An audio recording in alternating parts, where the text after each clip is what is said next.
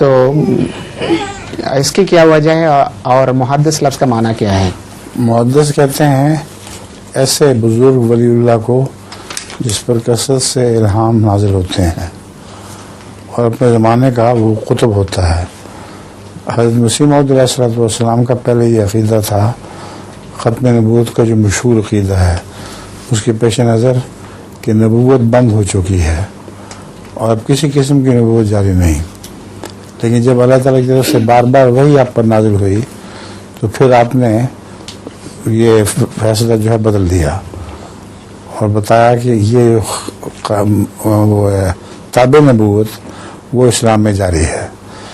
तो उससे पहले दुश्मन के एतराज़ के नतीजे में ये जब ये बयान किया करते थे, मैं जो नबी कहता हूँ अपने आप को, मेरी मुराद मुहद्दिस से है और मुहद्दिस पहले उम्मत में बहुत गुजर चुके हैं।